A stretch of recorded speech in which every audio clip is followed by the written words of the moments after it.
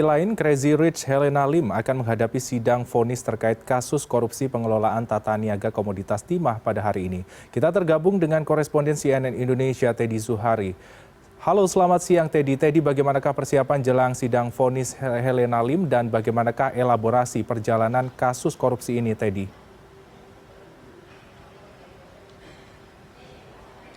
Selamat siang Freddy, betul sekali bahwa hari ini di Pengadilan Negeri Jakarta Pusat persidangan tindak pidana korupsi atau persidangan tipikor dengan agenda pembacaan vonis atau putusan bagi terdakwa Helena Lim ini akan dilakukan. Kalau melihat jalannya persidangan, ini baru saja para terdakwa Helena Lim dan juga beberapa terdakwa lainnya baru saja memasuki ruang sidang Hatta Ali yang ada di lantai 1 Gedung Pengadilan Negeri Jakarta Pusat.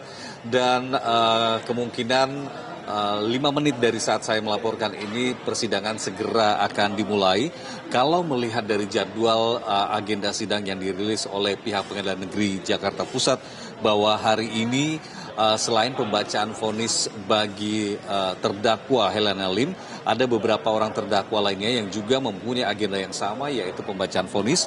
Masing-masing Gunawan dan juga Mokhtar Reza Pahlevi dan Emil Ermindra. Kalau kita melihat perjalanan sidang, bahwa keempat orang ini pernah dituntut oleh Jaksa Penuntut Umum Kejaksaan Agung. Helena Lim misalnya 8 tahun penjara, kemudian Gunawan 8 tahun, dan Mokhtar Reza Pahlevi serta Emil Ermindra ini masing-masing 12 tahun penjara. Dan agenda sidang yang lainnya masih dengan kasus yang sama, yaitu perkara dugaan terjadinya korupsi di tata kelola niaga timah. Ini ada agenda sidang pembacaan dakwaan oleh tim Jaksa Penuntut Umum bagi 2 orang terdakwa, ex-Dirjen Minerba Bambang Gatot dan juga Alwin Albar. Keduanya akan menjalani sidang pembacaan dakwaan oleh Jaksa Penuntut Umum. Kalau kita kembali lagi ke kasus yang menyeret nama Helena Lim, Crazy Rich, yang juga dikenal sering memperlihatkan kekayaannya, hari ini sudah sampai pembacaan vonis. Kalau kita mencoba membandingkan dengan vonis terhadap Harvey Muiz yang sudah disampaikan oleh majelis hakim pada pekan lalu, dari tuntutannya sama. Ini 12 tahun penjara yang disampaikan oleh pihak Jaksa Penuntut Umum, namun dikurangi setengahnya, hanya dituntut 6 tahun penjara plus denda 1 miliar rupiah dan juga ganti rugi uang negara sebanyak 210 miliar rupiah. Nah, untuk Helena Lim ini dituntut oleh Jaksa Penuntut Umum 8 tahun penjara dan juga tuntutan membayar denda 1 miliar rupiah. Apakah untuk terdakwa Helena Lim ini juga tuntutan atau vonis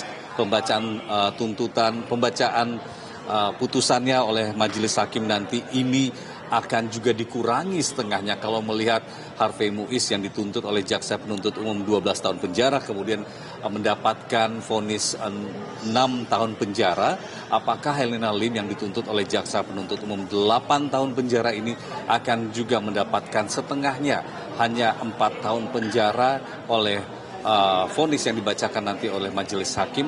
Kita tentu akan menunggu. Tapi kalau melihat pledoi yang sudah disampaikan Helena Lim dalam agenda sidang sebelumnya, pledoi adalah pembacaan nota pembelaan oleh pihak terdakwa dan kuasa hukumnya. Dalam pledoinya kemarin, Helena Lim sudah menyampaikan beberapa poin, yaitu menyampaikan bahwa julukan Crazy Rich yang pernah disandangnya ini sudah runtuh atau tidak lagi ada akibat dituduh sebagai pelaku koruptor. Kemudian juga mengaku kepada majelis hakim bahwa dia tidak melakukan apa yang dituduhkan oleh Jaksa Penuntut Umum Kejaksaan Agung. Juga mengaku bekerja keras dengan integritas yang tinggi. Dakwaan penyidik disebut oleh tim kuasa hukum Helena Lim dan Helena Lim sendiri bahwa dakwaan yang sudah disampaikan ini hanya tuduhan dan berdasarkan asumsi yang tidak jelas. Kemudian Helena Lim juga menyebut bahwa tuntutan 8 tahun penjara plus denda 1 miliar dan juga kewajiban membayar uang pengganti sebesar 210 miliar ini dikatakan Helena Lim dalam menyampaikan pledoinya sebagai tuntutan yang keji dan juga kejam. Helena juga mengklaim bahwa keuntungan yang diperolehnya saat bekerja sama dengan Harvey Muiz melakukan usaha tempat penukaran uang asing atau money changer ini merupakan hak keuntungan yang disebutnya wajar dalam melaksanakan usahanya, kemudian juga menolak tuduhan jaksa yang menyebutnya sebagai koordinator money changer dan mengumpul dana smelter dari para pengusaha smelter pengelolaan tambang timah yang disebut dana tersebut untuk melakukan CSR.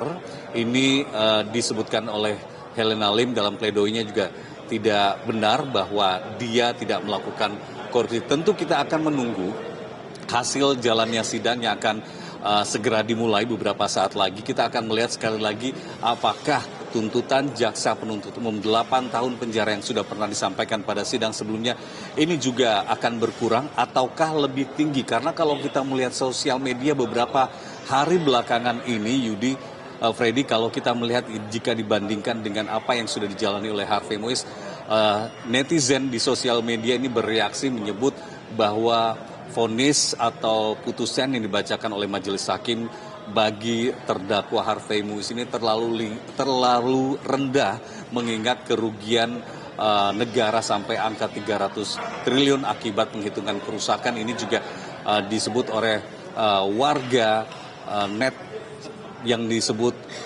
tidak seimbang atau tidak sebanding dengan hasil vonis yang dibacakan bagi terdakwa Harvey Moise. Tentu sekali lagi kita menunggu apakah vonis yang dibacakan oleh majelis hakim bagi Helena Lim ini akan lebih rendah dari tuntutan jaksa penuntut umum 8 tahun, apakah akan menerima setengahnya atau lebih tinggi. Tentu sekali lagi kita akan menunggu hasil sidang yang saat ini sedang persiapan untuk dilakukan. Freddy. Baik Teddy, kita masih menunggu sebenarnya. Tapi ini menarik Teddy, jika kita mengulas sedikit tentang Harvey Moise yang mendapatkan vonis 6,5 tahun penjara dan juga denda 1 miliar serta kewajiban untuk mengembalikan dana sekitar 200 triliun ya. Ini kurang lebih mirip dengan kerjasamanya dengan Helena Lim. Nah, kira-kira salah satu yang meringankan dari Harvey Moise itu adalah salah satunya adalah terkait sikap yang baik selama perjalanan sidang. Lantas dari pantauan Anda mengikuti sidang dari Helena Lim, bagaimana sopan santun ataupun juga tindakan dari Helena Lim selama mengikuti persidangan? Dari pledoi yang Anda bacakan banyak sekali bantahan-bantahan. Lantas apakah ini nantinya kemungkinan akan mempengaruhi vonis dari prediksi ataupun juga dari pemantauan Anda sejauh ini, Teddy?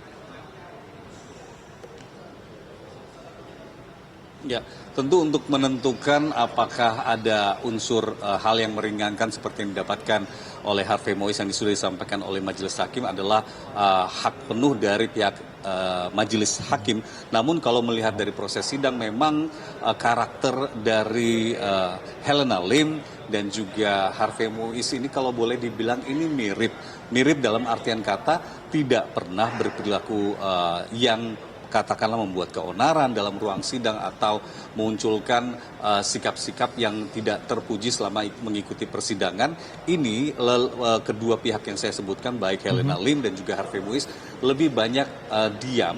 Begitu juga saat akan masuk ke ruang sidang atau setelah mengikuti jalannya persidangan ini baik Helena Lim dan Harvey Moise tidak pernah sekalipun menyampaikan statementnya kepada para jurnalis yang menunggunya. Itu juga yang saya pantau di sepanjang persidangan yang pernah saya ikuti dari terdakwa Helena Lim.